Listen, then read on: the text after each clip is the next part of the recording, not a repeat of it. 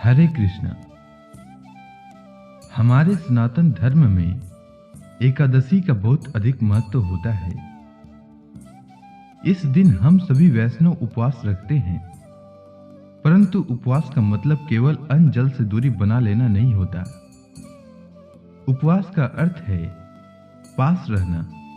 हमें अगर भगवान के निकट रहना है तो उपवास करना आवश्यक है। इसीलिए एकादशी के दिन सभी भौतिक इंद्रिय तृप्ति के कार्य से दूर रहकर भगवान के नाम स्मरण में अधिक से अधिक समय बिताना चाहिए। ब्रह्म वैवर्त पुराण में कहा गया है कि उपावृतस्य पापेभ्यो यस्तु वासो गुणैः स उपवासः स विज्ञेयः सर्वभोग विवर्जित। उपवास का मतलब सभी पापों से और इंद्रिय तृप्ति के कार्य से दूर रहना है। निश्चित ही एकादशी व्रत के पालन से धर्म अर्थ काम मोक्ष इनकी प्राप्ति तो होती ही है, पर उसके साथ पंचम पुरुषार्थ भगवत भक्ति अथवा कृष्ण प्रेम भी प्राप्त होता है। उपवास करने से मन शुद्ध होता है।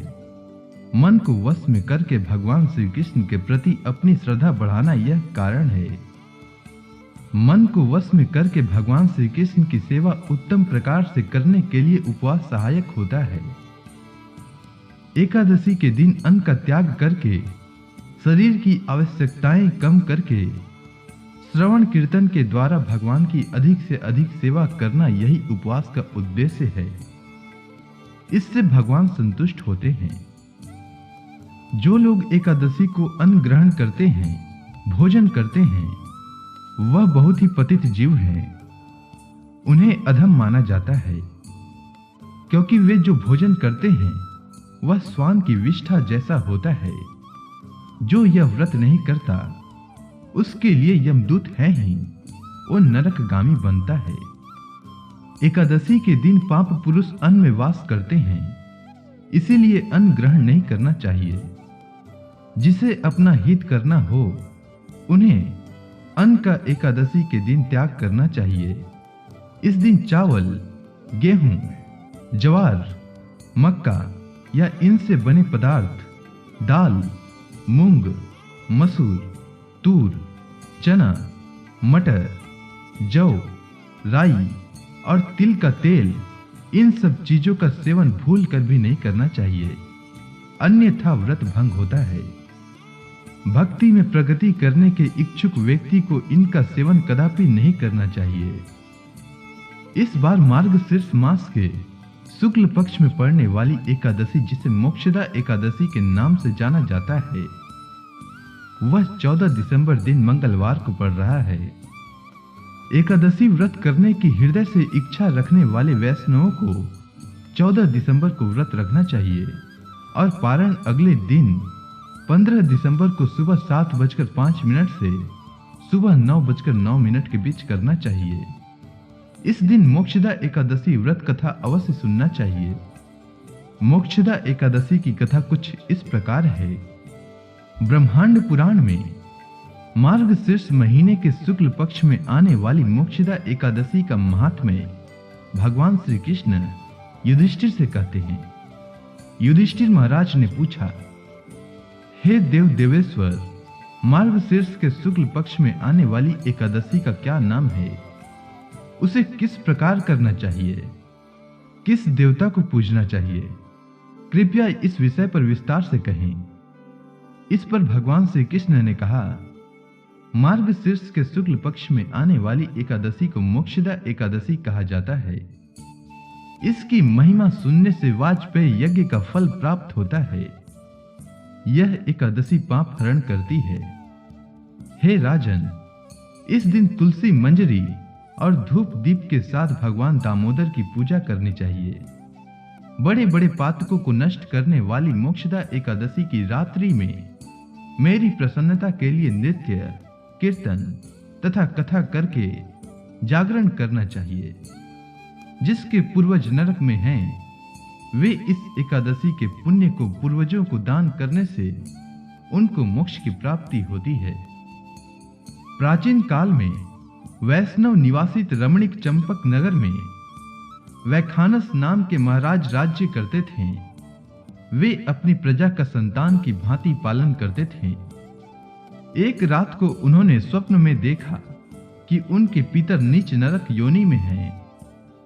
अपने पितरों की इस अवस्था से आश्चर्यचकित होकर अगले प्रातः काल में ब्राह्मणों को बुलाकर उस स्वप्न के बारे में कहा। महाराज ने कहा, हे ब्राह्मणों, मैंने अपने पितरों को नरक में देखा है। बार बार रुदन क्रंदन करते हुए मुझे कह रहे थे, तुम हमारे तनुज हो, तुम ही हमें इस स्थिति से निकाल सकते हो। हे द्विजवर, मैं उनकी इस अवस्था से अत्यंत विचलित हूं। क्या करना चाहिए, कहां जाना चाहिए, कुछ समझ में नहीं आता। हे द्विज श्रेष्ठ, कौन सा व्रत तप या योग करने से मेरे पूर्वजों का नरक से उद्धार होगा? कृपया मुझसे कहिए। मेरे जैसा बलवान और साहसी पुत्र होते हुए भी मेरे माता पिता नरक में हों तो मेरा जीवन व्यर्थ है। ब्राह्मण कहने लगे, राजन, निकट ही पर्वत मुनि का आश्रम है, उन्हें भूत भविष्य का ज्ञात है। हे नृप श्रेष्ठ, आप उनके पास जाइए। ब्राह्मणों की बात सुनकर तत्काल राजा पर्वत मुनि के आश्रम में गए और मुनि को दंडवत करके उनके चरण स्पर्श किए। मुनि ने भी राजा का कुशल क्षेम पूछा। महाराज कहने लगे, स्वामी, आपकी कृपा से राज्य में सब कुशल है, किंतु मैंने स्वप्न में देखा है कि मेरे पूर्वज नरक में हैं। कौन से पुण्य से उनको मुक्ति मिलेगी, कृपया आप कहिए।